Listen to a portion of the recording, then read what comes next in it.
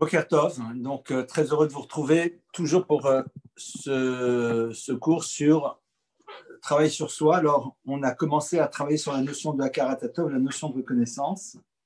Et la semaine dernière, donc, nous nous étions arrêtés ensemble sur l'idée de la Hakarat Hatov, c'est-à-dire de la reconnaissance qui doit exister entre un homme et son épouse. Et l'idée avec laquelle on était ressorti était la suivante, c'est que on doit en premier lieu s'arrêter sur la totalité de ce que l'autre nous apporte et évidemment savoir l'exprimer, savoir le dire, savoir le verbaliser. On avait longuement développé cette notion la fois dernière. Ce qui est intéressant, c'est le langage qui est utilisé ici, qui est Yesh le Hashkia ou le Hagdish Marshava Be'inyan Hakarat Hatov. Il faut être mashkia, c'est-à-dire investir et véritablement prendre du temps au niveau de notre réflexion par rapport à la notion de la reconnaissance, que ce soit par rapport à ce qui se passe à la maison ou que ce soit par rapport à un tiers. Et évidemment, le hargish betocho shekibel, et lorsque l'on reçoit quelque chose, se donner les moyens de ressentir que l'on a reçu quelque chose. Et donc, évidemment, à partir de cela, le ressenti étant présent, nous allons donc être dans l'expression de la reconnaissance. Alors, juste sur ce dernier point, avant de passer à la suite, le hashkia ou le hagdish marshava. Et mashkia et magdish, c'est-à-dire réserver un temps. Et magdish, c'est réserver. Vous savez que la notion de kedusha, de sainteté, c'est lorsqu'une chose est réservée. Lorsqu'on se marie, l'époux dit Ariat meku déchetli, tu m'es sanctifié, c'est-à-dire nous sommes maintenant réservés l'un l'autre, c'est-à-dire qu'on est réservé l'un par rapport à l'autre. Eh bien, le hagdish, c'est réservé, mais réservé aussi du temps.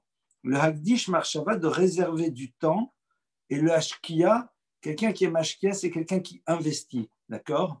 On dit en hébreu moderne aujourd'hui, on dit d'une personne lorsqu'elle investit vraiment, dans le business et dans d'autres choses, on dit qu'il est mashkia, c'est-à-dire il prend quelque chose qui est de lui et il investit, ou alors il investit du temps, il investit toutes sortes de choses. Eh bien, ce sont ces termes qu'utilise Raphaël Friedlander pour nous parler de prendre du temps et de s'investir par rapport à la notion de reconnaissance. Traduction, non point tant d'écouter beaucoup de cours sur ce sujet, mais dans la réalité du quotidien, se poser et se dire, voilà, je réserve et je nous propose, j'en fais partie comme tout le monde, je nous propose de nous habituer à faire cela, c'est-à-dire de prendre tous les jours.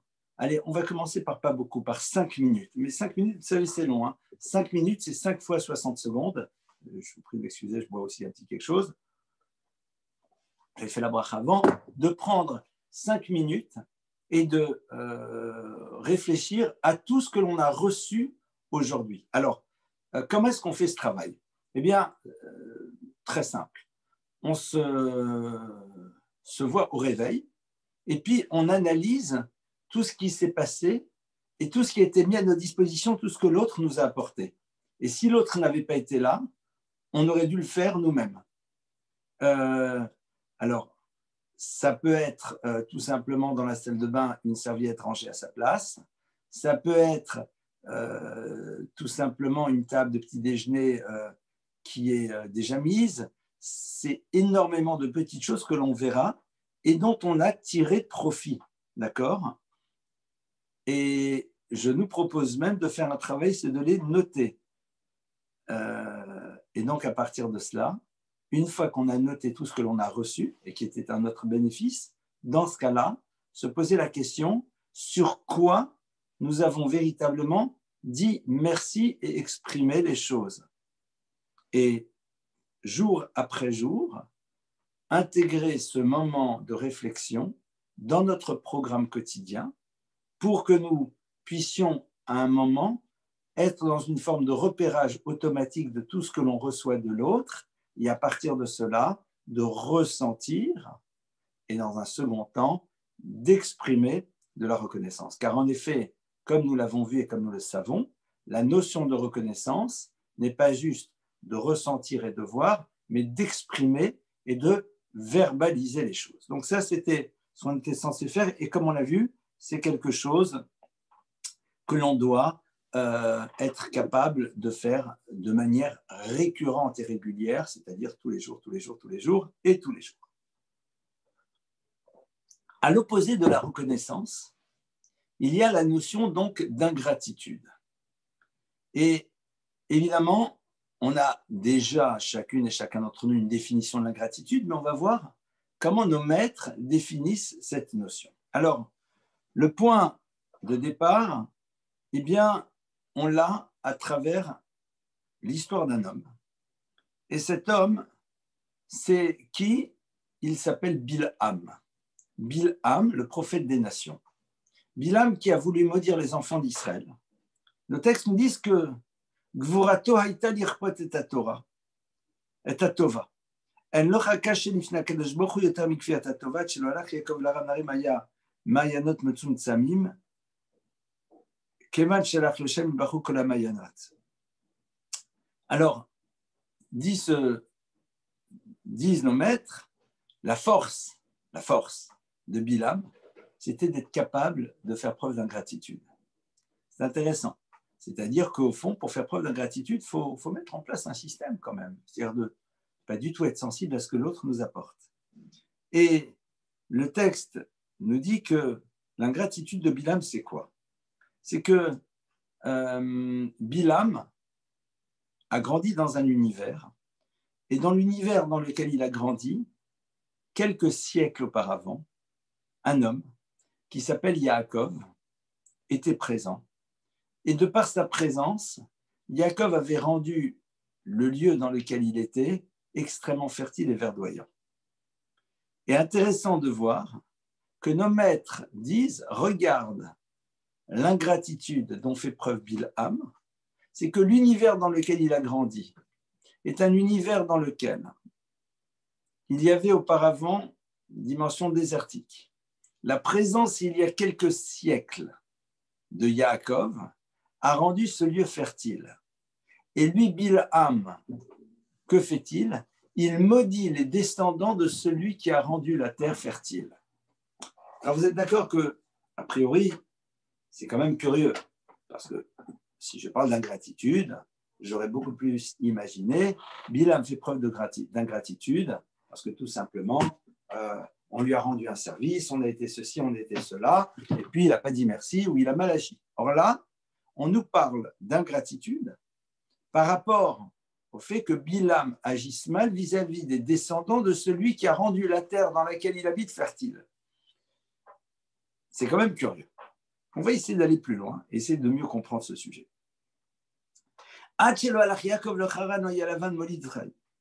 Le texte nous dit que lorsque Yaakov n'était pas à Haran, c'est-à-dire tant qu'il n'était pas arrivé à Haran, son beau-père, Lavan, avait des filles et il rêvait d'avoir un garçon. Il n'avait pas de garçon, c'est très bien les filles. Il est très heureux qu'on a des filles. Baruch Hashem. Ça, je le dis, hein. Les gens ils sont toujours là en train de dire un garçon. On doit demander à Hachem un enfant en bonne santé. Point. D'accord? Et être heureux d'avoir un enfant en bonne santé, et c'est un tel bonheur. Après, c'est légitime d'avoir envie qu'Hachem nous envoie des garçons, des filles et des garçons, ce qui est normal, parce que tout simplement, c'est sympathique d'avoir des garçons et des filles parmi ses enfants, mais ça, c'est ce qu'on appelle les cheshbonot d'Akadosh Baruch Hu, c'est ses calculs, et un homme, un être humain, doit toujours être profondément heureux de ce qu'il a. Maintenant, se dire au bout de 4 garçons, nous aimerions bien que le prochain soit une fille, ça serait sympathique, ou au bout de 4 filles, se dire on aimerait bien que le prochain soit un garçon, est quelque chose de légitime et d'entendable, évidemment. D'accord? Alors, mais Lavan, lui, n'avait que des filles. Et Lavan, il aurait bien aimé avoir un garçon. Il disait, quand même, s'il y avait un garçon, ça serait bien, quoi. Ok, j'ai des filles, c'est super, mais pourquoi je ne pourrais pas avoir aussi un garçon? Comme il aurait pu dire le contraire, d'ailleurs. Et le texte nous dit que quand Yaakov est arrivé, par le mérite de Yaakov, ça y est, le garçon est arrivé. Et Lavan le sait. Et malgré tout, eh bien, Lavan, son descendant, Bilham, va maudire les enfants d'Israël, alors que son origine eh bien, elle revient à Lavan, qui a été béni par la présence de Yaakov. Le texte nous dit que même Lavan lui-même était né par le mérite d'Abraham, parce que quand Sarah avait eu Isaac, le texte nous dit qu'à ce moment-là, toutes les femmes qui ne pouvaient avoir d'enfants avaient eu des enfants. Et entre autres, la mère de l'ancêtre de Lavan, qui ne pouvait avoir d'enfants et qui, quand Sarah a des enfants, elle va avoir aussi des enfants, va avoir Lavan et après Bilam, etc. Alors, intéressant de voir que nous sommes ici dans un texte qui est en train de nous parler de l'univers de l'ingratitude en prenant des exemples qui sont a priori extrêmement loin de ce que l'on aurait pu imaginer. Comme on l'a vu, on aurait pu parfaitement imaginer parler d'ingratitude lorsque l'autre m'a rendu un service et que je n'ai pas exprimé mes remerciements ou d'autres choses. Mais là, on dit non, Bilham, c'est pas quelqu'un de bien. Hein. Bilham, vous savez, il a oublié qu'il y a des siècles et des siècles, eh bien, les ancêtres de ce peuple qui va maudire lui ont fait du bien. Et c'est ça de l'ingratitude. Et c'est ça que tu appelles de l'ingratitude. Et la Torah me dit oui. Qu'est-ce que ça veut dire? Alors, on va essayer de rentrer un petit peu plus dans la personnalité de Bilham, qui est définie comme étant la force de savoir faire preuve d'ingratitude. Gvurato, lui, il est fort, il sait faire preuve d'ingratitude. On voit que Bilham, prophète des nations, est défini par nos maîtres dans la Mishnah, dans le Talmud, comme étant quelqu'un qui est à l'opposé même d'Abraham. On dit qu'en effet, Bilham est celui qui a d'un côté Aïn Ra'a, un regard mauvais, Ruach Gevoa, un esprit élevé, c'est-à-dire un vrai orgueilleux, et Nefesh Rechava, quelqu'un qui cherche à embrasser le monde et à en tirer tous les plaisirs qu'il peut avoir. Bilham, il est donc celui qui a un regard très dur sur les autres, il est jaloux, il ne supporte pas que les autres puissent avoir. Il est celui qui pense qu'il est le phénix des hôtes de ses bois. Et puis aussi, quelqu'un qui veut être dans la consommation permanente. Ce qui est quand même moyen au niveau des traits de caractère. On en convient, d'accord? Quelqu'un qui a toujours un regard dur sur les autres, qui ne les aime pas, qui est jaloux. Quelqu'un qui pense que de toute façon, les autres, ils n'ont rien compris, il est le seul à avoir compris. Et puis quelqu'un qui dit, ce que je veux, c'est kiffer la vie en permanence. C'est moyen. Et malgré tout, nos maîtres disent, non, tu sais, Bilham, c'est quoi son problème, le big problème de Bilham? Gvurato, l'irpot et ta Torah, c'est ta Tova de réussir à faire preuve d'ingratitude. Et en vérité, nos maîtres nous disent que cette notion d'ingratitude est à l'origine de tous ces dysfonctionnements. Et comme nous le disent nos maîtres, il n'y a rien de plus dur et de plus inacceptable pour Dieu que quelqu'un qui fait preuve d'ingratitude. Alors, ce que l'on voit ici déjà, c'est quoi? On voit un homme qui s'appelle Bilham. Et Bilham, on lui dit, tu sais, Bilham, c'est quoi ton problème? C'est que tu ne te poses pas pour réfléchir, mais au fond, qu'est-ce que je vais faire et à qui je vais le faire? Et est-ce que véritablement c'est correct de le faire? On a ici des textes qui nous renvoient à ce que doit être l'attitude normale de quelqu'un. Et c'est quoi l'attitude normale de quelqu'un? C'est quand tu es dans une situation et que tu vas agir vis-à-vis de l'autre et que ton action, tu la veux être négative, quels que soient les éléments qui pourraient, entre guillemets, éventuellement, peut-être, sait-on jamais, de très loin justifier et encore peut-être ce que tu es en train de faire. D'accord. Pose-toi la question, mais à qui je fais ça? Est-ce que c'est juste? Ça veut dire que tu dois développer à l'intérieur de toi en permanence la conscience de ce qu'est l'autre par rapport à toi, de ce qu'il véhicule de positif par rapport à toi et à ton histoire. Et c'est ce qu'on a vu d'ailleurs. Vous vous rappelez, les descendants de Yitro, eh bien la Torah nous dit qu'on ne peut pas les traiter comme tout le monde. Pourquoi? Parce que leur ancêtre Yitro a accueilli Moshe. Et on s'appelle qu'il l'a accueilli, mais de quelle manière? il l'a accueilli, l'a fait travailler chez lui, il l'a même mis en prison pendant tout un moment. Et Yitro l'a accueilli, c'était normal, il avait sauvé ses filles. Vous vous rappelez de tout ça? On a vu les premiers cours. Eh bien, la Torah dit, la karatatov, la reconnaissance, c'est de se rappeler de tout ça. Et donc, dans la vie, ce que l'on nous demande, c'est d'être capable de nous poser et de réfléchir à tous les bienfaits dont nous avons été les bénéficiaires et quelles sont les personnes qui, dans notre entourage, sont à l'origine de choses positives, eux, ou alors même leurs ancêtres. Alors, on ne va peut-être pas revenir au XVe siècle, parce que parfois ça fait un peu loin et on ne sait pas. Mais c'est votre grand-père qui avait aidé mon grand-père lorsqu'il est arrivé en France à trouver du travail. Oui. Tu dois être capable de le savoir et de t'en rappeler.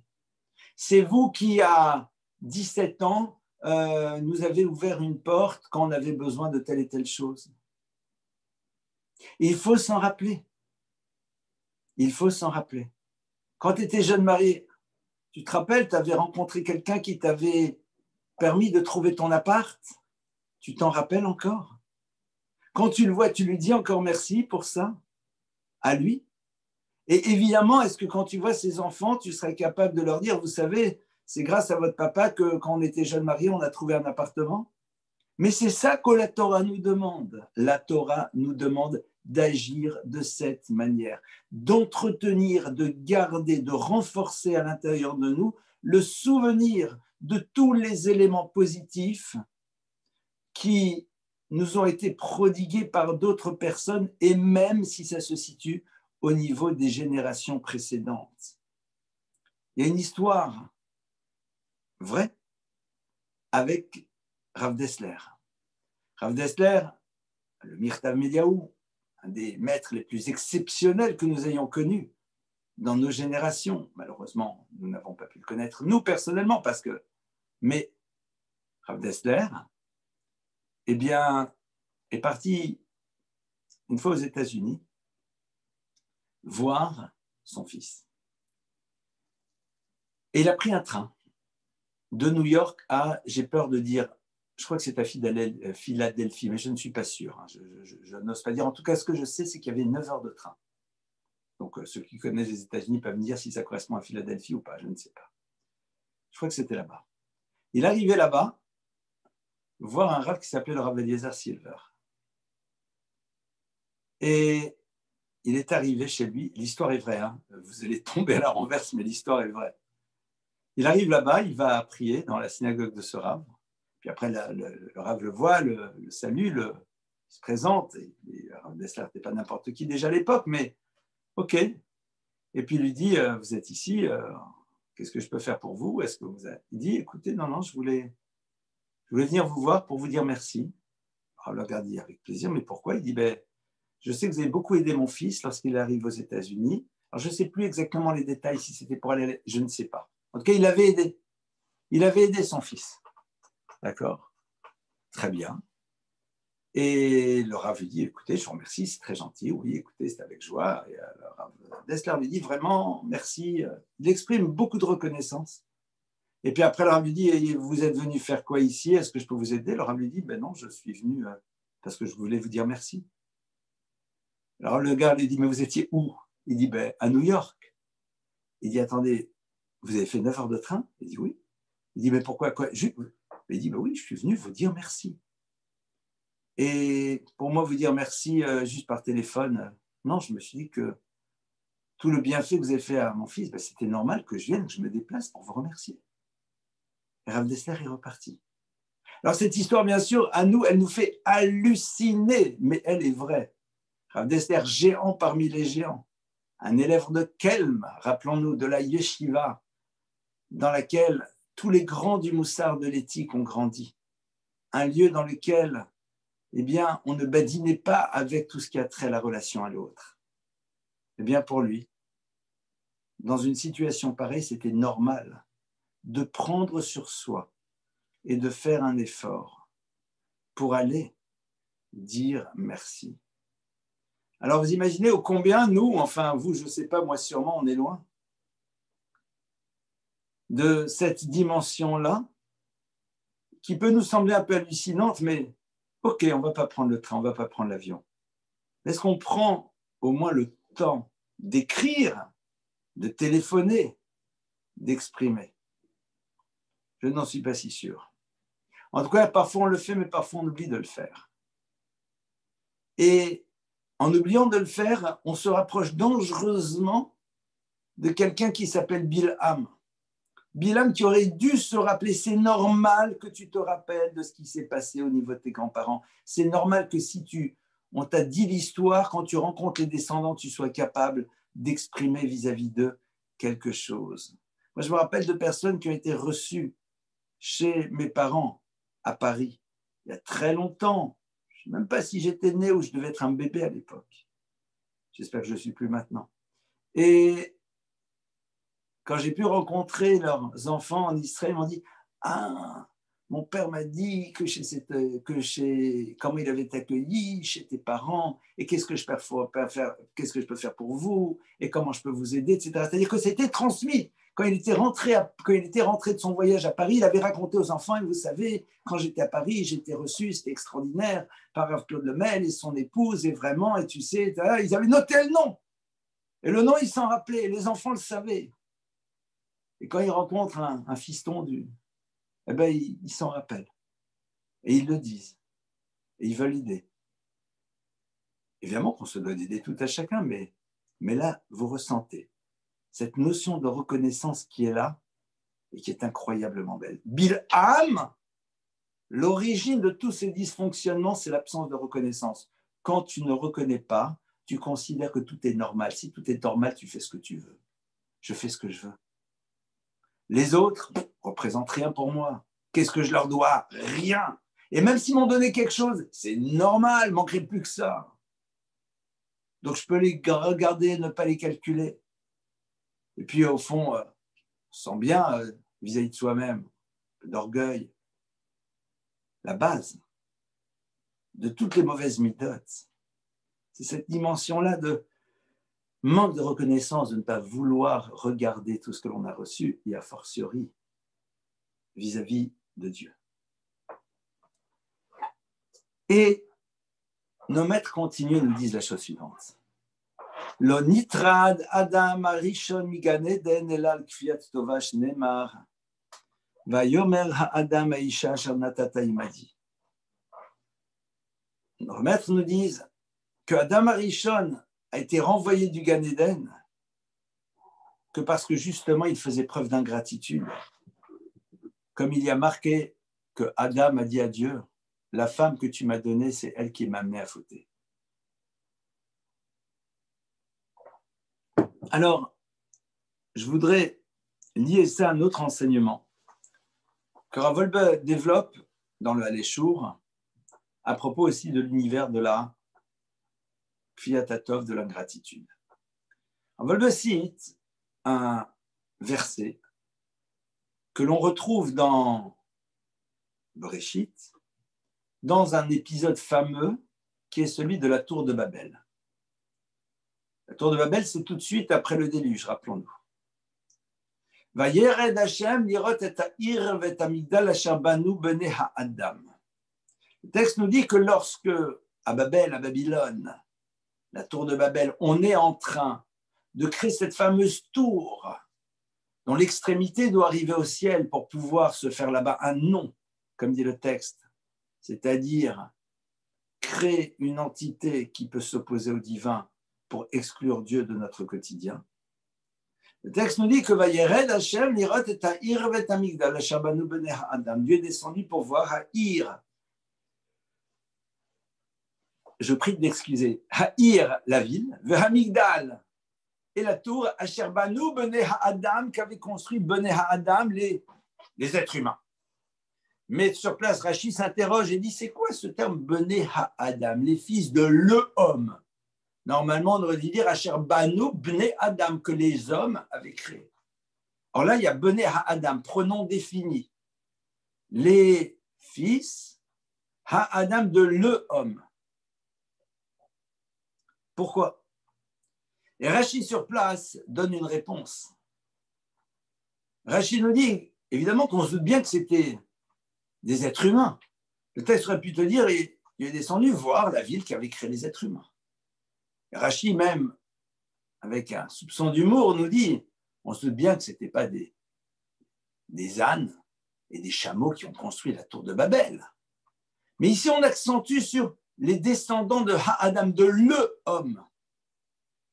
Et Rashi nous dit, oui, ils sont les dignes, entre guillemets, descendants de l'homme, là, celui qu'on connaît, là, lequel, le premier homme, Adam Arishon. Ce sont malheureusement, entre guillemets, ses dignes descendants, car ils font preuve d'ingratitude vis-à-vis de Dieu, comme lui a fait preuve d'ingratitude. L'ingratitude de la tour de Babel, c'est quoi?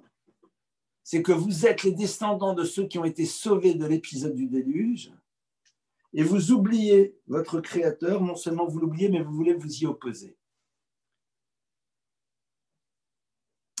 On est d'accord que ça, c'est de l'ingratitude. On est d'accord qu'a priori, ça, c'est de l'ingratitude, parce que, je ne comprends pas, tes parents, tes grands-parents, enfin, c'est vous-même, ont été sauvés du déluge. Vous êtes d'accord, vous êtes les rescapés. Qui vous avez sauvés du déluge? C'est Dieu. Et vous osez maintenant vous opposer à Dieu. Enfin, ça ne se fait pas. Au passage, rentrez un peu en politique. Enfin, je vous le déconseille, vous verrez ce que ça veut dire le mot ingratitude. C'est moi qui t'ai permis d'exister, mais maintenant que tu existes, tu viens, tu mets un gros coup de pied. Et tu me dis basta. Il n'y a pas que dans la politique, je peux vous le garantir. Dans d'autres univers aussi. D'ailleurs, même si, et je vous prie de m'en excuser, ça peut éventuellement remuer des blessures. Et si c'est ça, vraiment, je vous prie de m'en excuser. Mais on voit aujourd'hui souvent ces exemples de couples dans lesquels vous avez une femme dévouée. Vraiment le schéma de la femme dévouée qui s'est donnée à fond pour permettre à son mari de pouvoir s'épanouir, de pouvoir réussir sa carrière, etc. Et puis quand arrive 45-50 ans, ça y est, la carrière est bien établie, on a la voiture, on a tout ce qu'il faut. Ben souvent, les hommes, ils sont là, ils disent à leur épouse « Salut, je trouvais quelqu'un d'autre ». C'est bouleversant. En dehors du fait que c'est très moyen, mais c'est en deux mots, merci d'avoir été là pour me permettre d'exister. Maintenant que j'existe, tout va bien, tu peux repartir, je me débrouille tout seul. En le Hakasha, dit la Gemara, il n'y a rien de pire aux yeux du Créateur que quelqu'un qui fait preuve d'ingratitude. Rappelons-nous. Donc, ici, on est d'accord que là, il y a de l'ingratitude. Vous avez été sauvé du déluge, et puis maintenant, vous vous retrouvez face au Créateur de l'univers en train de lui dire « on s'oppose à toi », d'accord. Mais on nous dit « mais ce sont les descendants de Adam Arishon, du premier homme, qui lui aussi a fait preuve d'ingratitude. » Et c'est là où il y a un petit problème. Parce que c'est quoi cette ingratitude dont a fait preuve Adam Arishon? C'est quoi? Qu'est-ce qu'il va dire Adam Arishon? Adam Arishon, il va dire Haïsha Asher Natata Imadihi Shianiva Ochal. La femme que tu m'as donnée, c'est elle qui m'a poussé à manger. Bon. Ok, c'est pas très clean de dire ça. C'est pas très classe. On est d'accord. Adam, ça se fait pas. On est d'accord que normalement, tu aurais dû ne pas dire ça au créateur de l'univers. Tu sais, c'est la femme que tu m'as donnée qui m'a amené à manger de l'arbre, du fruit de l'arbre défendu. Et à la limite, tu l'as dit. Alors, Adam, tu fais preuve d'un manque d'élégance, on va dire. Tu rapportes, tu dénonces, tu ne veux pas assumer. Mais ici, on est en train de nous dire, non, non, Adam, ici, il fait preuve d'ingratitude. En quoi il fait preuve d'ingratitude? Eh bien, Akadosh Baruch Hu a donné à Adam, Ève. Chava arrive dans l'histoire de Adam. Et Adam, il est celui qui a besoin de son épouse, comme nous tous d'ailleurs. Qu'est-ce qui se passe? Eh bien,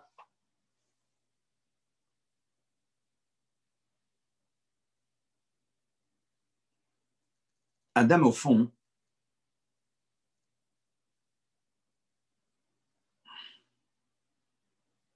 il est en train de dire à Dieu la chose suivante. Il est en train de dire, voilà, moi, qu'on le veuille ou pas, celle qui m'a amené et qui m'a proposé, c'est Chava. Et Dieu de lui dire oui, et donc, il dit donc, ben, qu'est-ce qu'il fasse? C'est elle. Super. En quoi il est ingrat? En quoi il est ingrat? Il n'est pas ingrat. Il dit, Hachem, tu sais, celle dont j'avais tellement besoin que tu m'as donné, voire même je te dis merci, c'est elle qui m'a donné ça. De là, on voit quelque chose de, en tout cas moi, qui me bouleverse. C'est que la Torah te dit que si tu fais preuve d'ingratitude, c'est que tu es incapable de faire disparaître l'élément qui te pose problème à l'intérieur de tout ce que l'autre te donne. Quelqu'un qui fait preuve de gratitude. Quelqu'un qui est de la karatatov, qui reconnaît tout ce que l'autre lui apporte. Eh bien, lorsqu'à un moment, oui, il y a un événement dans lequel l'autre a agi de manière inadéquate, eh bien, cet élément-là, je ne peux en parler parce que ça amoindrirait la vision belle que j'ai de l'autre et que j'ai construite à travers tout ce que je vois de ce qu'il m'apporte.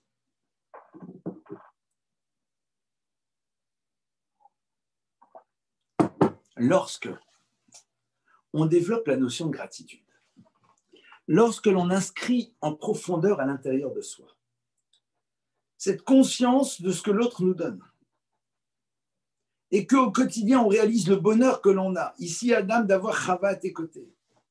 Si c'est quelque chose qu'on arrive au quotidien à installer, alors même si à un moment, il se passe quelque chose qui ne va pas, cette chose-là ne peut être exprimée. Parce que la vision que l'on a de l'autre est tellement belle à travers ce qu'il nous apporte, que même cet élément de dysfonctionnement, nous ne pouvons nous en saisir pour pouvoir redéfinir l'autre parce que l'autre a déjà été défini. Ça veut dire qu'au fond, faire preuve de gratitude, c'est se donner les moyens de ne pas être impacté ou d'être impacté au minimum par les éventuels éléments de dysfonctionnement qui seront présents chez l'autre. Vous allez me dire, c'est compliqué, c'est faux, c'est très simple. Et je vais vous donner un exemple. Regardez, je suis un grand patron. J'ai à côté de moi un collaborateur incroyable qui me fait des choses géniales. Tous les jours, je réalise ô combien je suis content d'avoir à mes côtés. Pour moi, il est merveilleux. Maintenant, hier, il a fait une boulette. D'accord? Vous pensez que je vais, d'une quelconque manière, quand on me parle de lui, dire, vous savez, celui-là, hein, voilà la boulette qu'il a fait? Non. Parce que je sais très bien que ce n'est pas ça ce qu'est l'autre. Ça, c'est ce que j'appellerais un épiphénomène. Un élément qui disparaît dans tout ce qu'il y a de positif par ailleurs. L'ingratitude, c'est le fruit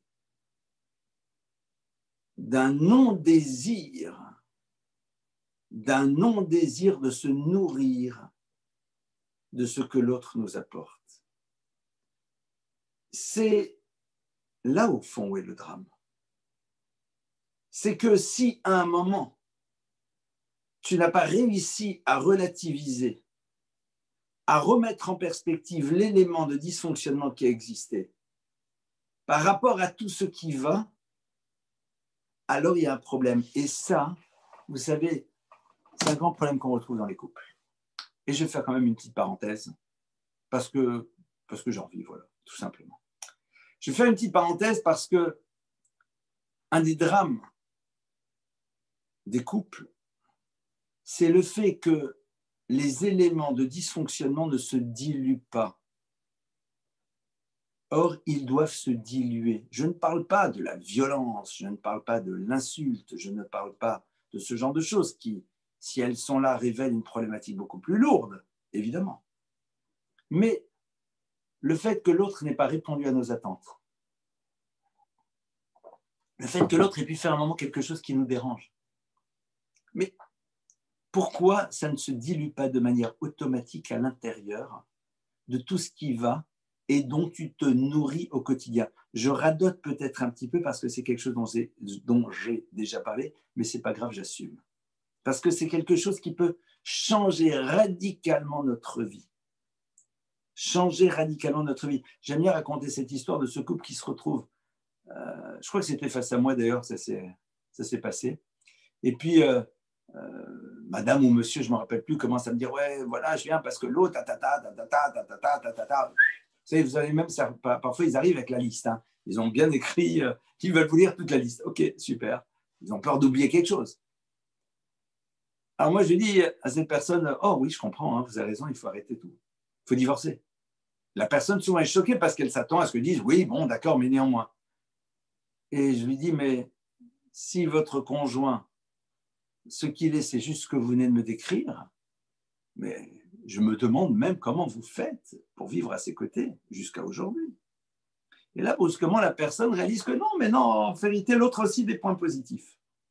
J'ai rarement vu des personnes venir, même jamais, et me sortir un document, me dire, écoutez, il y a un certain nombre de choses qui ne vont pas dont j'aimerais vous parler, mais avant, je voudrais quand même vous noter tout ce qui va dans le couple et tout ce que j'apprécie chez l'autre. Ah, si un jour ça arrive, je ne vais pas dire j'offre un qui-douche parce que j'en sais rien si je le ferai, mais ça sera pas mal quand même. Ça sera pas mal. C'est-à-dire, je vais parler de choses qui ne vont pas. Mais avant, j'aimerais d'abord vous parler de tout ce qui va. Comme un prof qui vous reçoit, qui va vous dire en premier lieu, voilà, écoutez, votre fils, tata, votre fils là. Alors, ça serait intéressant d'avoir quelqu'un d'écouter. Ah, c'est votre enfant. Ah, je suis content de vous voir parce que j'ai beaucoup de choses à vous dire sur lui. Et d'abord, j'aimerais vous raconter tout ce que j'apprécie. Il est ceci, il est cela, nanani, nanani, nanana, nanana. Ah! Bon, après, il y a autre chose. On se donne les moyens de diluer. On se donne les moyens de diluer. On se donne les moyens de diluer. Eh oui. Et c'est ce qui s'est passé. C'est-à-dire que la Torah, ici, est en train de nous dire que l'absence de reconnaissance d'Adam Arishon, elle provient du fait que tout ce que Chava lui a apporté, il a oublié de le voir. Et c'est ça que le texte nous dit. Tu es ingrat. Tu as reçu Chava. Tu étais content qu'elle soit là. Tu as eu un bonheur. Elle t'a apporté au quotidien. Elle était là, c'est extraordinaire. Elle est Ezer Konegdo, c'est génial. Et c'est de ça dont tu me parles. Et tu as oublié le reste. Ça, c'est donc le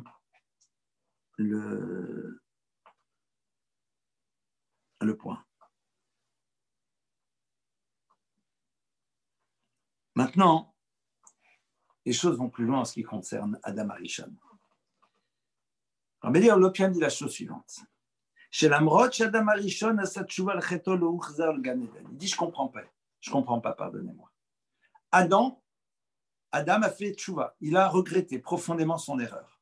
On est d'accord? Super. Et donc, à partir de cela, pourquoi on ne le fait pas revenir à nouveau dans le jardin d'Éden? Pourquoi est-ce qu'on lui dit, ça y est, tu es exclu, c'est terminé? Parce que tout simplement, après la faute, eh bien, on n'a plus confiance en lui. On n'a plus confiance en lui. Mais néanmoins, disent nos maîtres, אילו לכפיותו הייתה בו אחרי ששב בתשובה אולי היה חוזר למדרגתו, כיוון שמכיר טובה לקדוש ברוך הוא, הוא מכניס את עצמו תחת שיבודו של הקדוש ברוך הוא.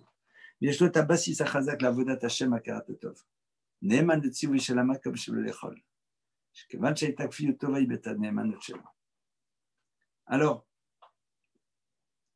le texte nous dit qu'en vérité, et c'est une idée qui est très puissante, il dit si Adam Arishon avait fait preuve de reconnaissance, c'est-à-dire n'avait pas dit c'est cette femme qui m'a amené à fauter, alors il aurait pu repartir peut-être dans le jardin d'Éden. Pourquoi? Parce que quelqu'un qui est capable de reconnaître tout le bienfait qu'il reçoit, eh bien, sera capable de faire ce travail vis-à-vis du Créateur de l'univers. Et dans la mesure où il sera capable de le faire vis-à-vis du Créateur de l'univers, alors il arrivera à se soumettre à sa volonté. Et donc, à partir de cela, on pourra peut-être plus lui faire confiance pour qu'il soit à l'écoute véritablement de la parole divine. Mais là, Adam, tu fais preuve d'ingratitude. C'est-à-dire, tu ne vois pas tout le bien que l'on te donne. Ce que tu vois en premier lieu, c'est ce qui ne va pas.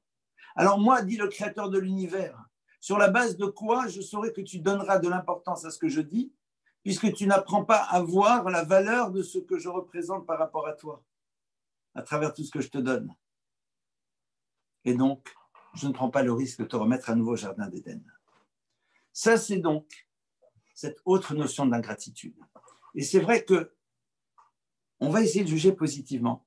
Vous avez bon nombre de personnes qui, en effet, sont dans cette ingratitude. Pourquoi ? Parce qu'ils n'ont pas grandi dans un monde dans lequel on leur a appris à pointer du doigt les choses qui allaient.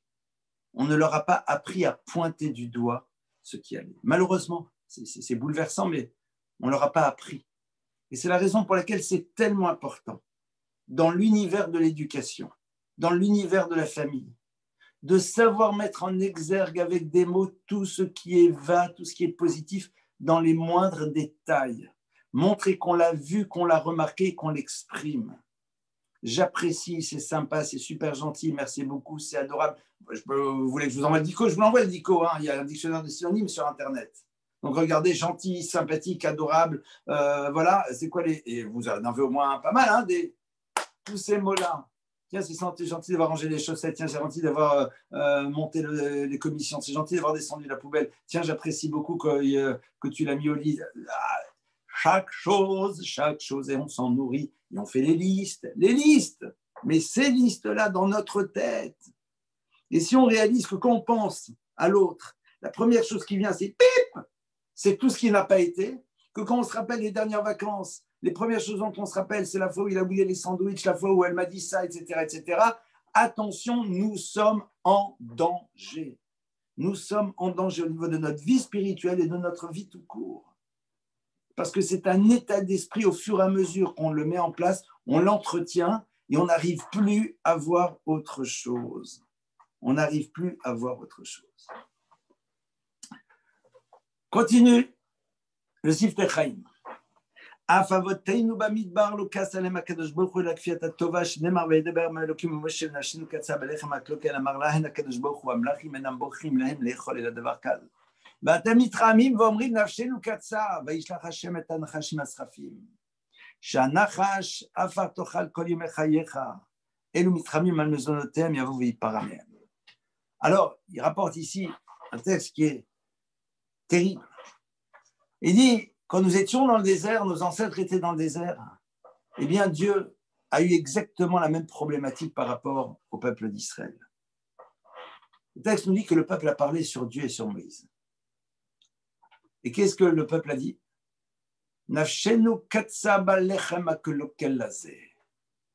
Notre être est dégoûté, vomi. Lechem haklokel, ce pain dégoûtant.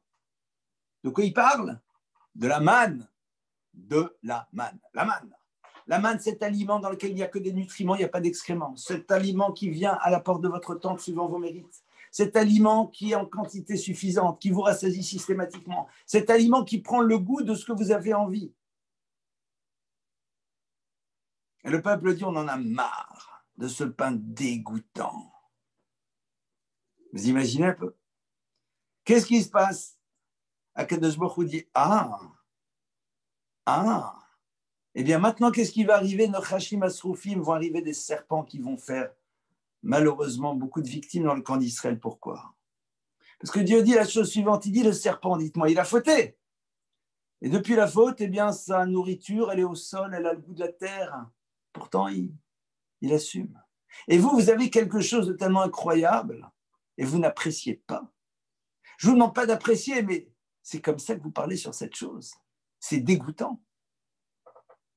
Tu oses dire c'est dégoûtant. Comment tu oses ? Et on va ramener ça à nos réalités. un enfant dit d'une nourriture, c'est dégoûtant. Mais comment tu dis une chose pareille? Comment tu oses dire une chose pareille? Tu peux dire, maman, merci beaucoup de m'avoir fait ce plat, mais tu sais, j'aime pas trop. Mais dis d'abord merci. Tu penses que ta mère, elle s'est levée ce matin et elle a décidé, qu'est-ce que je vais lui faire comme brouet infâme avec des cuisses de lézard et de... Non, c'est pas cachère. D'accord? Tu penses vraiment qu'elle s'est dit, qu'est-ce qu'il y a bien de bien dégoûtant que je vais faire à mon enfant ou à mon mari, ou à un mari pour sa femme, ce que vous voulez? Dis merci. Maintenant, l'autre s'est trompé au niveau de tes goûts. A priori, c'est ce qu'on s'en moque, parce que la nourriture, c'est, comme disait le Chazon Ish, quelque chose qui, une fois que tu l'as avalé, tu n'as plus faim. Non. On va quand même dire que l'autre, voilà, ça, il a mangé pour la première fois de sa vie des épinards dans un moment traumatique où il avait eu 0 en maths, et donc les épinards le renvoient à son trauma et il ne les supporte pas. OK, why not? Pourquoi pas? Donc il n'aime pas trop. On va dire qu'on a le droit de ne pas trop aimer. D'accord? Même si c'est encore un travail en tant que tel. Mais dis d'abord merci. Elle a voulu te nourrir, ta mère. Il a voulu te nourrir, ton père. Il a voulu t'aider, ton mari. Elle a voulu t'aider, ta femme. Maintenant, OK, il y a une petite erreur de casting. Vous savez, c'est comme un mari, il aide sa femme, ça lui dit, mais je ne comprends pas, mais qu'est-ce que tu... Dis merci, j'ai voulu t'aider. Bon, maintenant, je me suis trompé. Ou dans l'autre sens, hein, je dis les maris, les femmes, les maris, ça va dans tous les sens. Ça va dans tous les sens. Et donc, le peuple d'Israël, il est là, il dit, on en a marre, ça nous dégoûte. Dieu dit, comment c'est possible? Dites merci d'abord. Et dans un second temps, vous pouvez dire, tu sais que ça fait déjà quelques années qu'on mange la manne. Ça serait sympa, on ne pourrait pas avoir une petite glace, quoi. On ne pourrait pas avoir autre chose, un petit steak, tartare, je ne sais pas. On peut imaginer, tu peux le demander. Tu as le droit de dire, écoute, ça fait 20 ans qu'on mange ça, c'est super, c'est vraiment bon, c'est génial. Ça nous ferait plaisir quand même si on pouvait avoir maintenant un truc un peu différent. C'est légitime. Mais c'est comme ça que tu parles de ce que tu as reçu pendant toutes ces années-là. C'est comme ça que tu parles.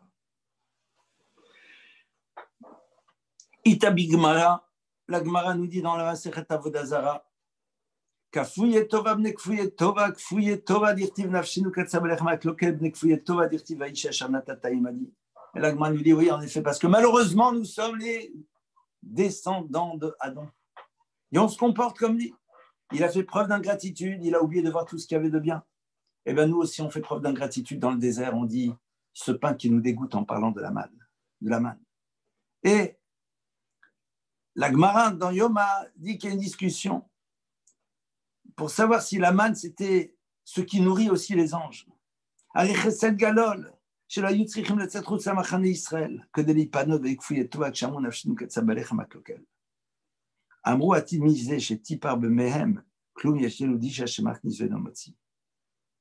Il dit en plus, comme on voit dans la Gemara, si la manne, ce ne sont que des nutriments et pas d'excréments, vous imaginez, ne pas vous sentir obligé de sortir du camp pour aller faire ses besoins parce qu'on ne pouvait pas les faire autour de sa tente. C'est qu'en plus, ça te nourrit, c'est bon, c'est agréable. Et il n'y a pas d'excréments. C'est génial. Oui, donc comme vous voyez, il y a un sacré travail à faire. Et on voit que malheureusement, ça touche tout le monde. Parce que nous, on est là, on dit,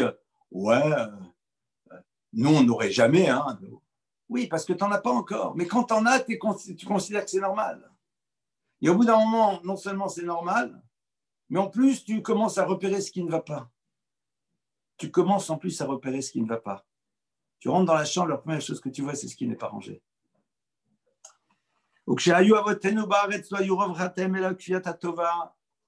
Et on continue, et quand nos ancêtres étaient, pardonnez-moi, nos maîtres nous disent, quand nos ancêtres étaient en Israël,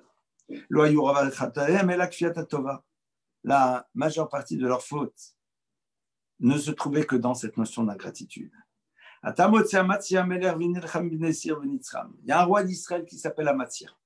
Amatzia, il va faire la guerre, il va gagner la guerre. Et après, il récupère les divinités de ces peuples qu'il a combattus et il va les servir. Et c'est ce qui a marqué dans le Pasuk Vayacheba, Amatzia Makot et Edom Vayavet Elohe Bedesir Vayamidam Lo Elohim Velifnem Ishtachave Velam Yekater. Et une fois que Amatzia a gagné la guerre, il récupère les dieux de ceux dont il a gagné la guerre et il les amène. Il les met comme des divinités. Il se prosterne devant eux et il leur fait de l'encens.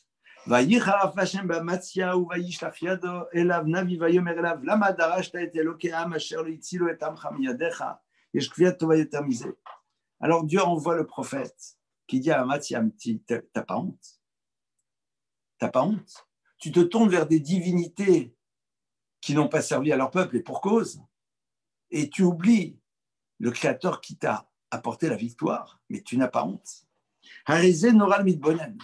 Amatzia Melech Israël, Achare Nitzrono, Bimkom Leodot Oved Avodazara, Lama Darashta et Elokam. En vérité, c'est terrible ici. Parce que, au fond, vous avez un roi d'Israël qui gagne une bataille. Et après, qu'est-ce qu'il fait? Après, il fait Avodazara. Il fait de l'idolâtrie, qui est la pire des choses. La Torah, c'est répugnant. Et Dieu lui dit, à travers le prophète, mais pourquoi tu as fait preuve d'une telle ingratitude vis-à-vis du Créateur de l'univers? Moi, j'aurais été le prophète, j'aurais dit, tu n'as pas honte? Tu as vu ce que tu fais de l'idolâtrie, pire des choses. Au-dessus de ça, ça c'est un problème, mais le vrai problème, il est où? Comment c'est possible que tu es arrivé à ça? Comment tu te retrouves à te tourner vers ces divinités? C'est parce que la notion de Hakarat Hatov, de reconnaissance, elle n'était pas présente chez toi. Tu es un ingrat, un fils d'ingrat, un petit-fils d'ingrat, ingrat de chez ingrat. Parce que si tu t'étais arrêté un instant et tu dis « Waouh, j'ai gagné la guerre », mais je sais que derrière cette victoire, il y a le Créateur de l'univers, tu ne peux même pas imaginer maintenant faire quelque chose qui est à l'opposé de la volonté du Créateur de l'univers. Donc, l'idée même de la Avodazara, elle ne vient pas. Et regardez, c'est ce qu'on a vu. Regardez, c'est extraordinaire, c'est ce qu'on a vu avec Yosef. Quand Yosef, la femme de Potiphar, elle vient et elle lui dit « Yosef, il faut qu'on vive quelque chose ensemble. Et j'ai vu dans les étoiles et on doit voir des descendants ensemble. Nanani, nanana. » Yosef, il est là, il a 17 ans, il est jeune. Elle est présente, elle a l'horreur. Qu'est-ce que Yosef, il dit? Yosef, il ne dit pas en premier, non, c'est assourd, c'est interdit. Yosef dit, mais comment je peux faire ça à ton mari? Comment je peux faire ça? Alors que ton mari, c'est celui qui m'a employé. C'est que ne serait-ce que par une notion de reconnaissance, même si ça, en dehors du ça se fait pas, c'est interdit, c'est pas beau, tout ce que tu veux, mais cette idée-là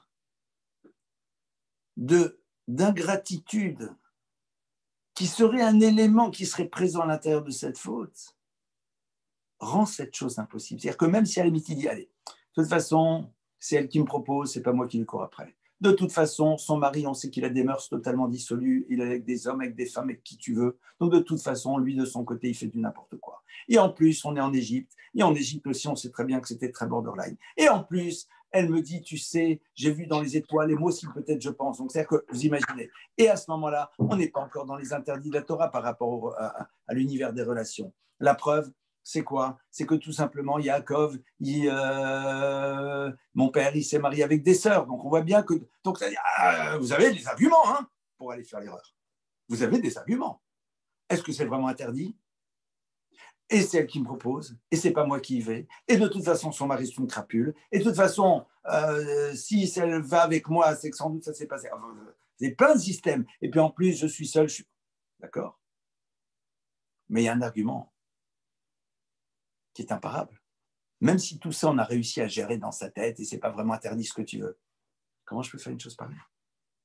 Comment je peux faire une chose pareille? Comment je peux trahir son mari? Comment je peux faire une chose pareille? C'est pas possible. Et donc, c'est la raison pour laquelle pour Yosef, c'est impossible. C'est que l'ingratitude, c'est pas je fais preuve d'ingratitude. C'est j'oublie de me donner les moyens de savoir comment je dois agir vis-à-vis de toi. C'est ça qui va se passer. C'est qu'à travers cet acte d'ingratitude, je révèle que je n'ai pas voulu me donner les moyens de fonctionner comme je dois fonctionner. C'est-à-dire que quand tu reconnais ce que l'autre t'a apporté, ça génère évidemment chez toi des types de comportements que tu ne dois avoir, et c'est normal, et des impossibilités de fonctionnement par rapport à cette autre personne. Je ne peux pas, même si c'était un peu permis, mais je ne peux pas, il y a des choses, je ne peux pas me permettre. Parce que vous êtes quelqu'un qui t'a fait du bien, comment tu peux avoir une action qui pourrait éventuellement, ce n'est pas possible. Ça, c'est extraordinaire. Et on voit que malheureusement, un roi d'Israël va tomber dans cette erreur. Et c'est ça le drame. C'est qu'on est ici face à Amathia, un roi d'Israël. Et non, on est là et on dit, mais c'est pas possible.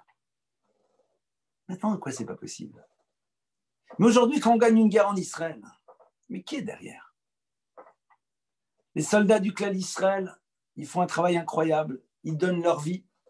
Ils donnent tout ce qu'ils peuvent donner pour pouvoir nous protéger et se battre. Et on doit avoir vis-à-vis d'eux une reconnaissance immense. Parce qu'ils se mettent en danger et vont.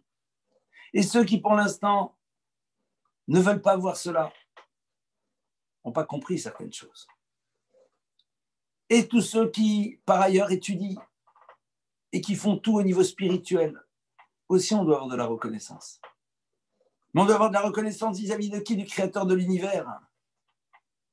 C'est-à-dire se rappeler qu'à l'origine de cette force, de ces capacités, de ces victoires, il y a Kadosh Baruch Hu qui est là. Et combien, parfois, on oublie ça. Un roi d'Israël est là et dit non, non, c'est bon, j'ai gagné. Et maintenant, il va dans les idoles de ceux qu'il a combattus. Et ici, les idoles, c'est les divinités, mais vous savez très bien que les idoles, c'est plein de choses. Une idole, c'est le moment quand un moyen se transforme en but. C'est-à-dire qu'on donne de l'importance aux choses qui ne sont que des moyens et on en fait une finalité. Et on voit très bien qu'on peut tomber là-dedans.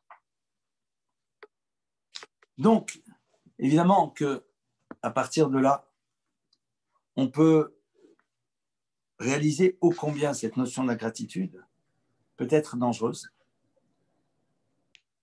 On va, Bezrat Hashem, la semaine prochaine, continuer encore à travailler sur cela, avec encore un ou deux exemples, pour pouvoir avancer et savoir comment ne pas tomber dans ce problème d'ingratitude et comment faire pour que justement cette notion de la karatata soit au cœur et au centre de notre vie. Je vous remercie pour votre écoute.